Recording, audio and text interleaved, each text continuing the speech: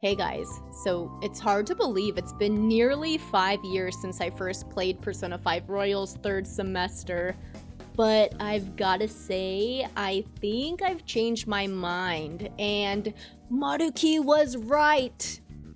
Now, before you all dive into the comment section to tell me just how wrong I am, please just hear me out in this video, okay?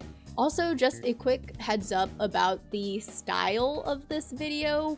I don't mean for this to be some big in-depth analysis like many of my other videos.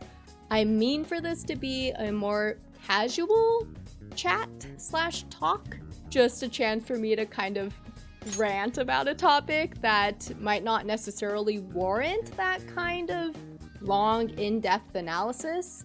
So, with that said, let's return to the Maruki topic and the third semester and what exactly changed for me in that regard.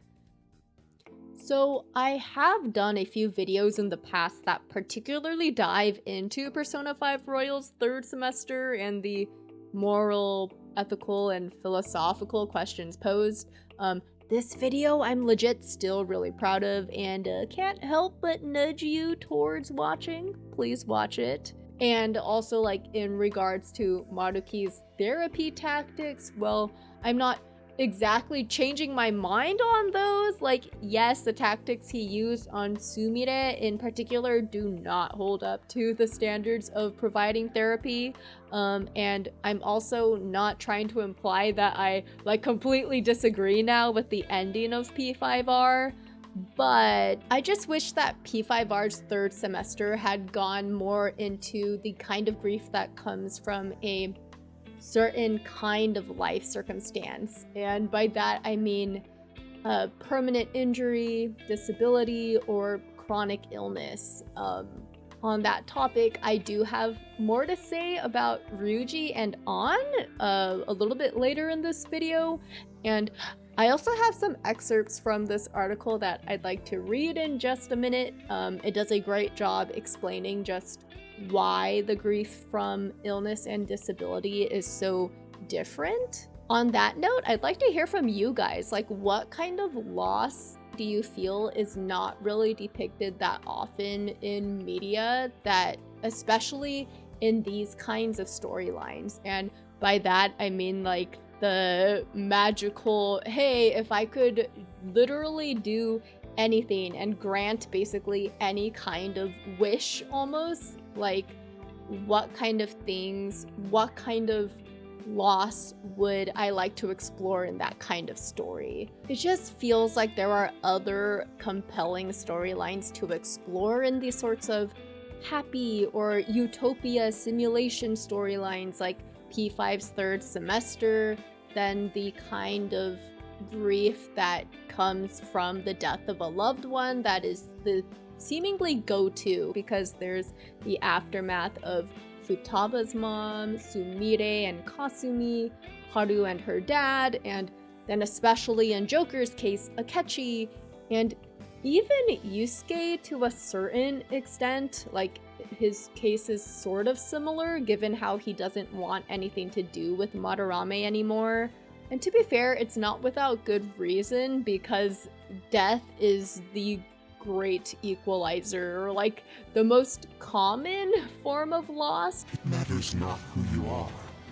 Death awaits you. Or the most relatable, probably because everyone has gone through it at some point in their life. Even from like an early age, it probably happens for a lot of people, because, you know, we have anything from like the death of pets, or death of like grandparents or great-grandparents, because, you know, some types of these deaths are not as common until later parts of life. My point is that even a child or like a teen will have some kind of understanding and some sort of experience regarding death.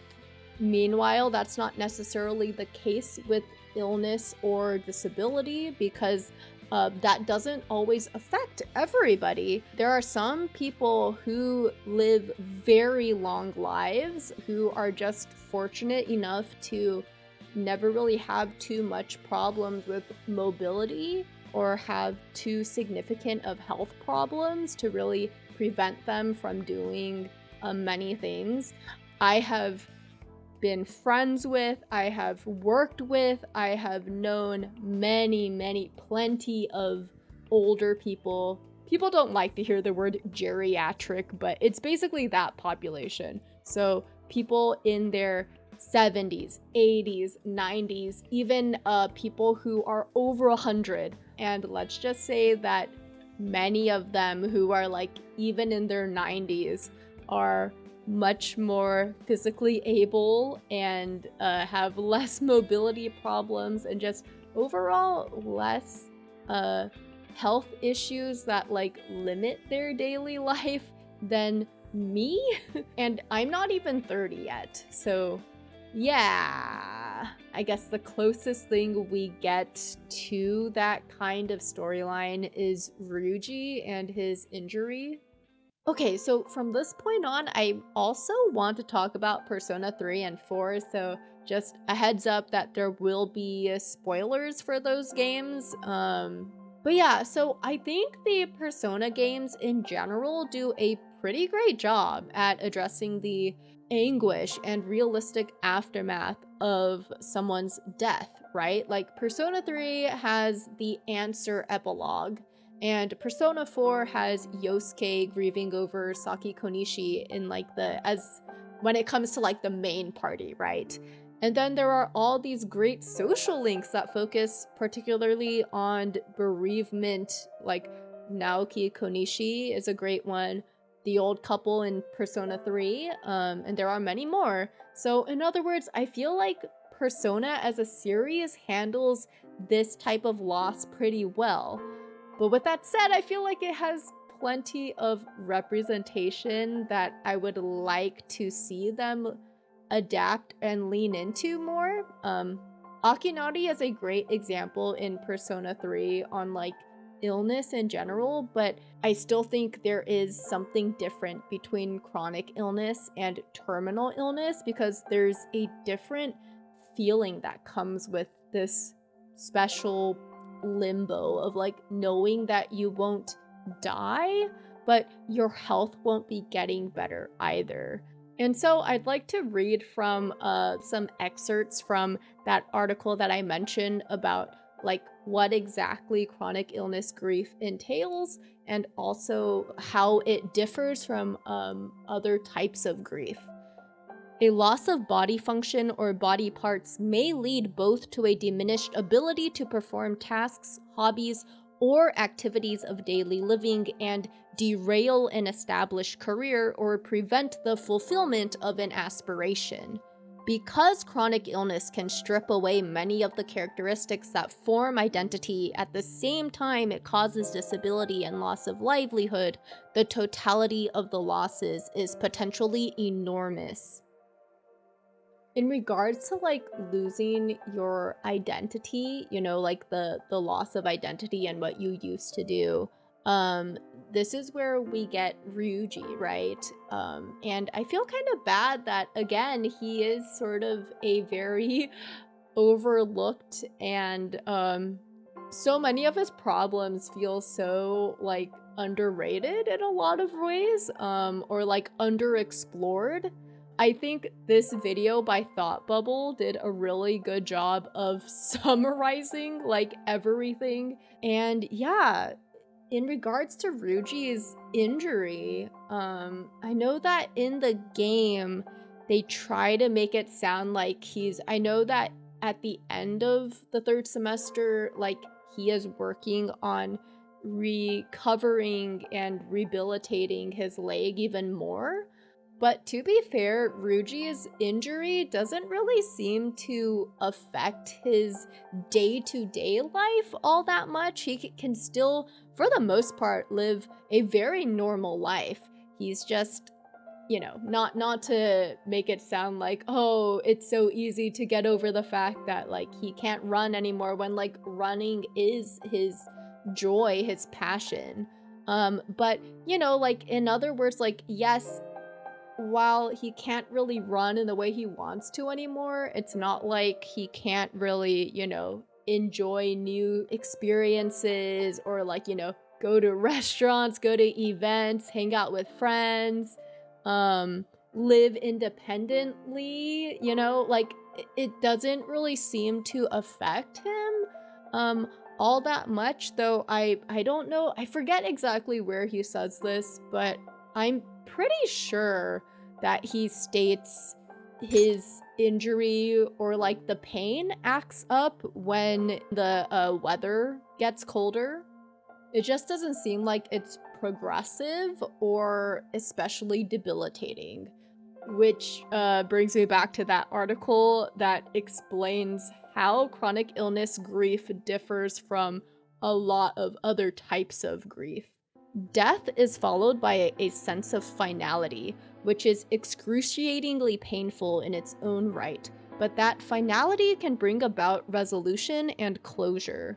The bereft individual mourns the loss, often supported by friends and family who validate the experience of loss and help the bereaved move through and beyond grief. Of course, acute and terminal illnesses also are accompanied by grief, but as with bereavement over the death of a loved one, the losses tend to be time-limited. An acute illness, while not pleasant, has an end. There may be frustration and depression over what the experience is, and perhaps temporary loss, but there is a return to life as it once was. Even with terminal illness, although the thought of an end is painful, there is an end. But with chronic illness, there is no end. Resolution of this grief can be elusive as the individual has daily reminders of what was lost. They exist in a constant and unrelenting state of grieving over and over again. It's hard not to be reminded when, like, every single step I take, I need to think about how to walk, how to literally, like, move my legs and feet forward, when in the past, like, I was able-bodied, I didn't have to think about those kinds of things.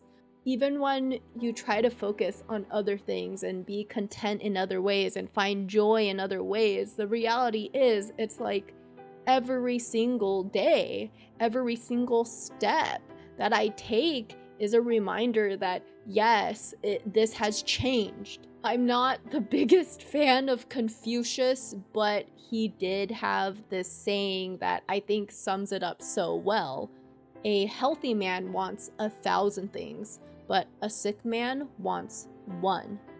And yeah, it's because if you don't have good health, you cannot do anything. It can basically result in you feeling like the old you is dead.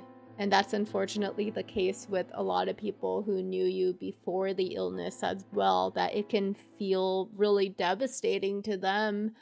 And that brings me to An and Shiho and how I've kind of changed my thoughts on it, or at least on like Shiho, and how I feel like that's just kind of a lost opportunity as well when it comes to like a compelling storyline. This isn't me saying that I have a problem necessarily with the existing An and Shiho like narrative. I tried to dissect that to a certain extent in the An analysis / video, but like in regards to the third semester, I know that it's hard to know, as in I don't think the original P5 team knew what the third semester would have probably entailed, so it's not like they would tailor the existing P5 like backstories they wrote for the party members to cater to Royal's eventual third semester plotline. But it just feels like, damn, what if Shiho and An's storyline was just combined? It would have been able to put the sheer difficulty and hard work that it took Shiho to recover front and center stage than just like curing it secondhand from On, you know? Perhaps it's because Futaba's storyline already has like an unaliving aspect to it, so it'd be a repeat of that maybe. But I don't know, I don't think the similarity in death ideation should take away from including like a combined On and Shiho storyline. And since we're introduced to this character so early on, you could have her recover continuously throughout the entire story. Like, I don't know, I just wish there was a party member who we see struggle through physical disability slash paralysis, neuropathy, and just like a chronic condition. It definitely helped the players who do struggle with that feel seen and heard, since it's like super isolating, honestly.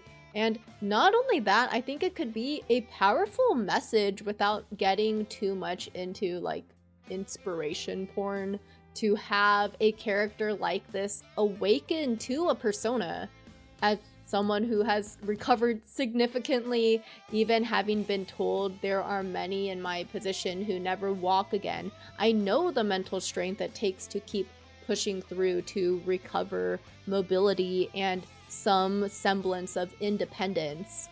I think the thing is that like even if like her recovery isn't completely back to normal, that she still has a lot of lasting or debilitating problems with her paralysis or something. Out of just all of the JRPG and anime and even just fantasy powers in general, personas are like one of the powers that it'd make most sense for a physically disabled person to still awaken to it, you know? Like, it's a power based on Carl Jung and Jungian followers' ideas. It's a psychic willpower at its core, about understanding and accepting yourself, even parts of yourself you don't like, which, you know, would include your real life limitations, and somehow making that into your real life power. And so I've always had this idea floating around in my head that a navigator in this series could easily be like a physically disabled character or someone who has some kind of mobility issue. Like, you do not need a physical ability to control a persona. And so, yeah, so that's kind of like my rant on why, damn, like, not only would a Shiho-like character fit so well in just the Persona series in general, but also just like, that would have been a very compelling, I just think interesting thing to include in the third semester. But also at the same time, I can see why they might not want to include a storyline like that, because I think you can risk making it come across as to, for lack of a better word, like sympathizing with eugenics almost. Like, okay, in my personal opinion, my disability itself is really not so bad as much as the chronic fatigue and chronic pain is. Like, if it was simply just having to adapt, like, mobility wise without the fatigue and the pain that comes with it, this would be so much more manageable for me. If you could rewrite someone's cognition of like how the brain perceives pain, for example, because like there's no reason for chronic pain. Like, if it cured my chronic pain, you better believe me, I'm sticking with Maruki all the way, guys. Like, you'll have to pry the third semester from my cold, dead hands. Especially because the chronic pain, it's not like that's robbing anyone else of their autonomy. In comparison, what if one person's idea of happiness is staying in the relationship, but like the partner's idea of happiness is leaving, right? Like, at some level, you're overriding a person's cognition and free will, I guess. And that's definitely more of like you're starting to play God and like choose a biased side, or you can start leaning into that problem. I kind of hate this terminology, but it's like a slippery slope. Okay, sorry guys, I'm in the editing stage right now and not sure if I'm being clear enough here. I guess what I'm trying to get at is very long-term physical chronic pain and or symptoms of chronic illness are such an egregious form of suffering. They really have no reason for existing, especially if they don't respond to treatment or really limit normal everyday activities.